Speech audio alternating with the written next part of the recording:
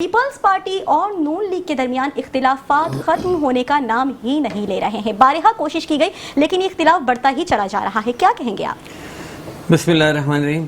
دیکھیں، سب سے پہلے تو میں افسوس کا اظہار ہی کر سکتا ہوں کہ اس وقت ملک کن مسائل سے گزر رہا ہے، ہمارا کن پریشانیوں سے گزر رہا ہے، بین الاقوامی سطح پر کیا چیلنجز درپیش ہیں، خود اپنے ملک کے اندر کیا کیا چیلنجز درپیش ہیں، ٹھیک ہے نا۔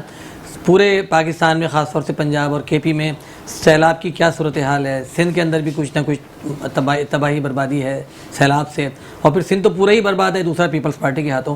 اس موقع پر یہ اٹکیلیاں ہو رہی ہیں، ایک دوسرے کے خلاف بیان بازی ہو رہی ہے، مناظرے کے چیلنج ہو رہے ہیں، اور جناب کبھی ادھر سے ایک بولتا ہے ادھر سے دوسرا بولتا ہے۔ پہلی بات تو یہ ہے کہ یہ بات اتنی غیر سنجیدگی ظاہر کرتی ہے ملک کی ان سیاسی جماعتوں میں جو حکمرانی کر رہی ہیں، ایک کا صدر ہے اور ایک کا وزیر اعظم ہے۔ دوسری بات میں جو آپ سے امپورٹنٹ کہنا چاہتا ہوں کہ یہ سب ایک ڈرامہ ہے، کوئی بھی چیز اس کے اندر اصلی نہیں ہے۔ یہ سارا کا سارا ہر کچھ دن بعد تماشا اس سے لگایا جاتا ہے تاکہ لوگ جو ذمہ داری پیپلز پارٹی پر ڈالنی چاہتے ہیں اس حکومت کی برائیوں کی، وہ اس سے بچ سکیں، اور مسلم لیگ نون اپنی جو بھی اس کی کمزوریاں ہیں اس کا جو بھی بار ہے وہ پیپلز پارٹی کو اوپر ڈال سکے۔